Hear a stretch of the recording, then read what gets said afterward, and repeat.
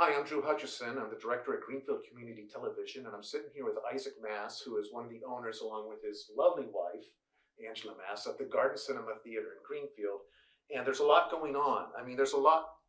I'm stunned about how much is going on, besides what we're going to talk about, which is the Clint Eastwood. And, well, we have Black History Month coming up. Recently, you've had the Bollywood films that just finished their first season, and you've also had Jonathan Boschen involved in showing some black and white films. Yeah, he does a Talking Talkies series every third Monday, doing an intro before a 1930s classic film. And there are a lot of 1930s classic films. Yeah. And Jonathan knows his stuff. So it seems like Mondays are a really good day to go to the garden, and you have I take it it's a slower day in some ways, and so by having these specials, you're hoping to generate more customers. Yeah, it's actually become one of our busier days because we're doing these new different things, bringing different audiences into the theater. Well, and who goes out on a Monday night? So in a way, if you can get people thinking, oh yeah, it's Monday night, let's go and catch a movie, it becomes a new cultural norm. Yeah. So you keep this going.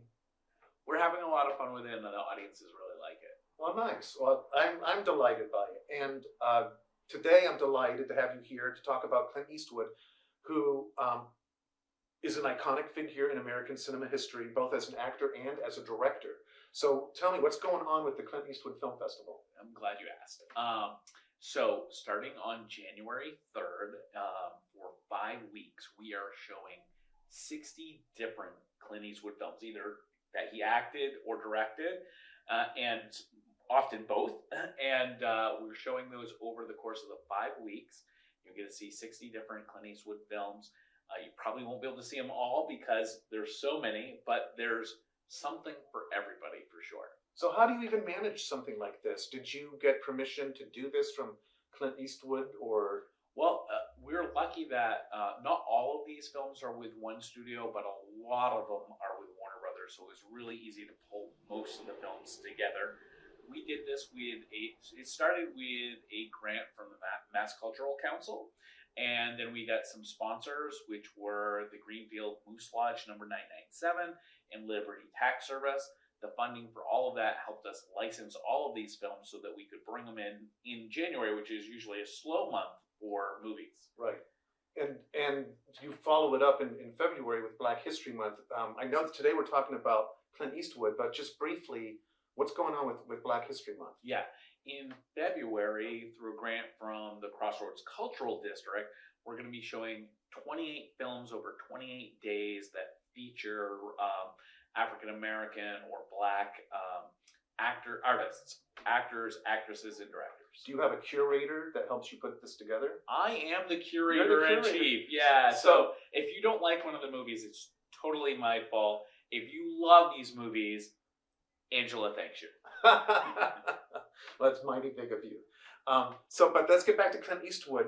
What are there any in particular that you're like, man, I'm so psyched that we're showing this particular film?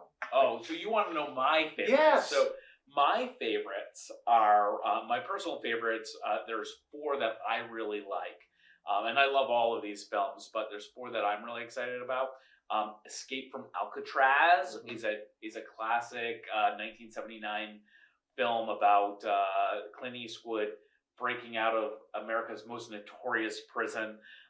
It's just a fun movie, and that plays on a Saturday night. And that's towards the end of the series in February 1st on Saturday night at 7, and then it follows up on $5 Tuesdays. And my favorites, almost all of them play on $5 Tuesday.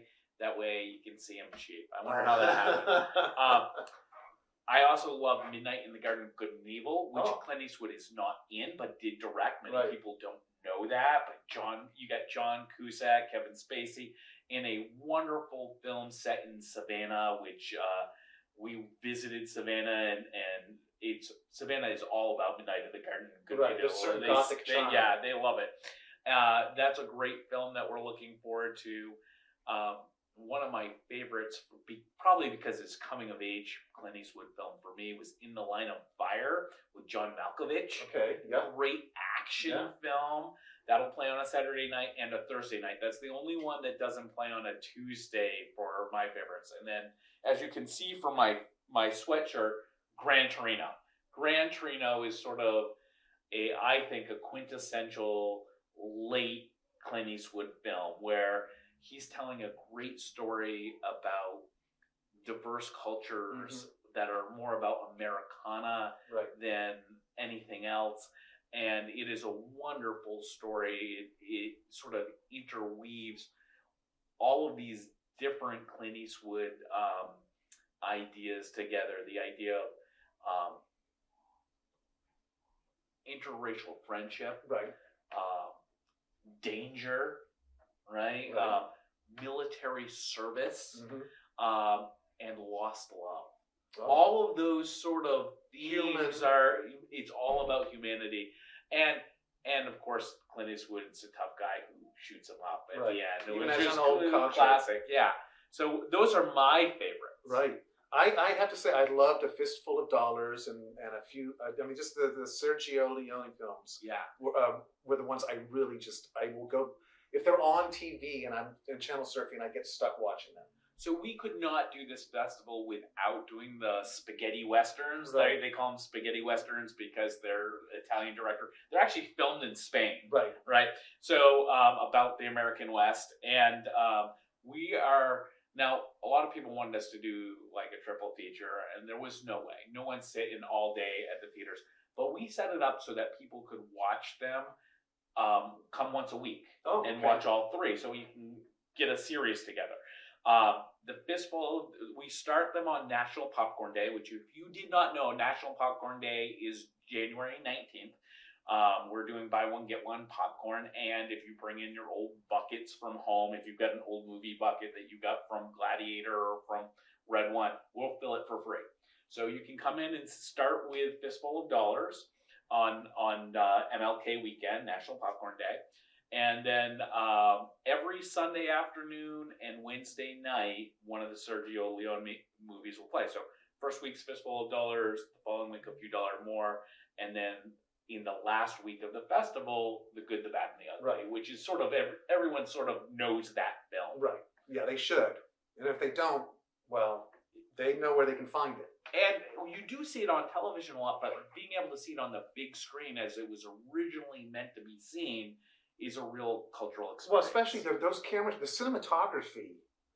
I mean, that is meant to be seen on the big screen. You have this endless, like, wasteland almost, or, I mean, it's so bleak, and you have the train station, and there's the atmosphere. All of that, on a TV, it's not the same. When you're in a movie theater, you get sucked into a different world in a way that you don't get to experience in your own home, as comfortable as it may be.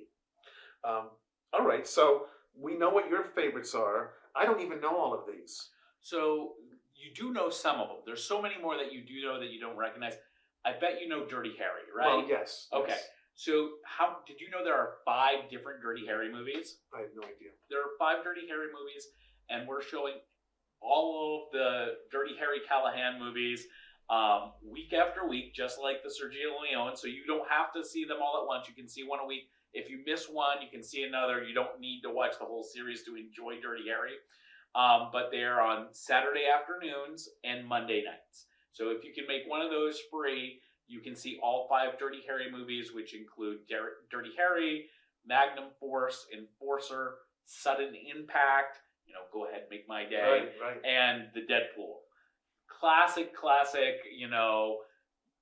good cop is a bad guy, but solves crime, and some just great scenes from some of these movies, like and we're gonna have some specialty themed cocktails, and we're gonna have an espresso martini that is a Sudden Impact martini from when the coffee he goes in to get his cup of coffee, and she's pouring his coffee and just pours in all the sugar because he's not paying attention, and then he goes out and he sips his coffee and he knows that there's a robbery inside. So those are fun scenes. They're sort of classic, and you can get a espresso martini from Dirty Harry. Wow. 2 mules for Sister Sarah. I mean, I love that film. So Westerns are, Clint Eastwood's sort of known for his Westerns, and in addition to the spaghetti Westerns, we're showing a ton of other Westerns. Joe Kidd, High Plains Drifter, The Unforgiven, Pale Rider, The Outlaw Josie Wales, and of course, Two Mules for Sister Sarah. Right. You know, I have, ever since we bought the theater, older men will come up to me and say, when are you going to play a Western? And they don't come out that often. They're not super profitable. The Kevin Costner film, Horizon, that just came out, didn't perform incredibly well. And so Hollywood doesn't make a lot of these Westerns anymore, but they are great movies, and it's a wonderful genre, and Clint Eastwood's movies from that genre are the best of the best. I prefer those. His characters are so similar in a lot of films. He's the anti-hero. He has a sense of honor, but he's also willing to be really bad. Yeah. And that's an interesting juxtaposition. In fact, his character development, there's a lot of nuances there. This isn't just cheap entertainment. He actually puts a lot of consideration into the characters and how they interact and how they grow throughout films. And you always see that, which I enjoy. So I don't know what this one is. Tab Hunter, Lafayette Escadrille. So Lafayette Escadrille is actually the earliest of the Clint Eastwood films that we're showing. It's from 1958. We're actually showing movies from 8 different decades.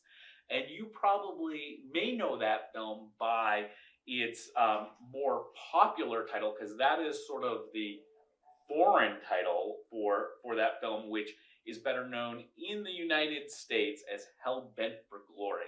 It is a film starring Tab Hunter, right, who is this heartthrob from the late 50s, early 60s.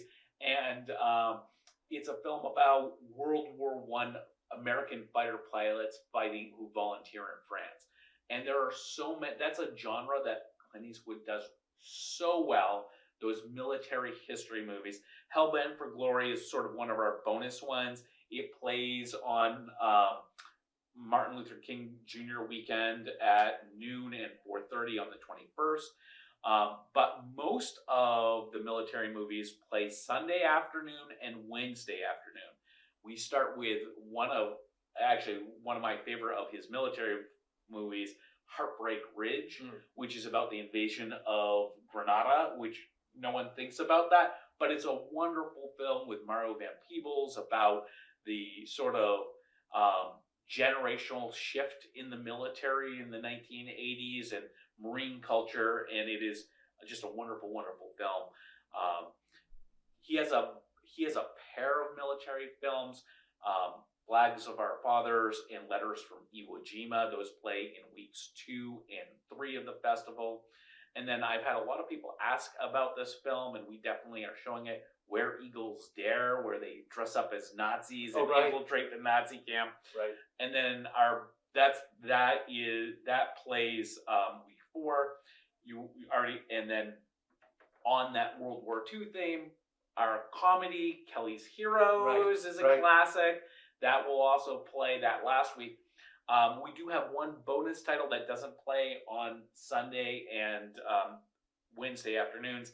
That is the more modern war movie, American Sniper. Oh, right. Which is more of a biopic. And that plays in week 5 on Friday and Thursday nights. So I suppose my other question to you is that what Clint Eastwood movies are you not able to show? Because are there more than you were able to? Oh, there are. We try to get everyone. We got almost every Clint Eastwood film that people know. I'm not gonna, for licensing reasons, mention the ones that we can't bring in. But we tried to get all of the fan favorites. So some of the fan favorites that we brought in that don't fit in a particular category. Right. Play Misty for Me. Well, That's a classic. And Bridges of Madison County, which is a beautiful love film. Totally unlike any other Clint Eastwood film. Pink Cadillac. Yeah, which is fun. There's lots of, this isn't just for old men. There are lots of great films that have real heart to them. Right. And I love Kelly's Heroes. Donald Sutherland was great in that, I thought. So Isaac, this was very creative of you to come up with this idea certainly during this time of year, because people get, they get stuck in their homes, and it's like, it's another Monday night, and they have something that they can do. How long does it take to drive to downtown Greenfield from anywhere in Greenfield? Yeah. 10 minutes? And we want people to come from all over the county, so call your friends from out of county to meet you in downtown. Oh, okay, Yeah. fair enough. We want to support the entire economy. But I wish you the best luck with this. I'm delighted that the Mass Cultural Council, Liberty Tax, and the Moose Lodge have been helping you with this, because it's, when we come together as a community, we're able to do more. And if you want to do more, go and see some movies, because this is not going to come around again. That, how often do you have a chance to see any of these on the big screen? You don't. And they're the most popular. Do you know what the most popular Clint Eastwood films ever made were, as far as the box office goes? I have no idea. They're the Clyde movies. With the orangutan. orangutan, right? Yeah, so we are showing both Any Which Way You Can and Any Which Way But Loose. Those will both play. Clint Eastwood, he won. He was nominated 4 times for Best Director and won 3 out of the 4 times. We're playing on MLK weekend. We play 3 of the 4, and we do play all 4. MLK weekend, we play $1 Million Baby, Letters from Iwo Jima, which he was nominated for and didn't win. We already mentioned that. Unforgiven, which he won for. And then on the 25th, the following week, we play Mystic River, sort of a Massachusetts-based film with Sean Penn, right, that is just both tragic and beautifully done. So he really is. There are very few directors who have the level of critical acclaim that Clint Eastwood has, and he brings that to all the movies, not just the movies he's nominated for, but also the movies he acts in, and the ones that he works on that don't quite reach the level of an Academy Award nomination. But right, there are over 40 nominations for his films. Well, and one thing I've always been impressed with is that he comes in under budget. On time and under budget, yeah. So, and it's tight, and I've never watched a film of his and go, oh no, they should have shot that again. It's just he's a top professional in his field, both as an actor and as a director. Well, Isaac, thank you for coming in and talking to us about what's going on at the Garden Cinema with this, and I hope that you come back again in a few weeks before Black History Month, because we probably should promote this again. Absolutely. Let's talk about Black History Month. All right, very good. Well, thank you for coming on. Thank you. I'm Drew Hutchison. You've been tuned to, this is not a particular show, but you've been tuned to Greenfield Community Television. Thank you for joining us. Take care.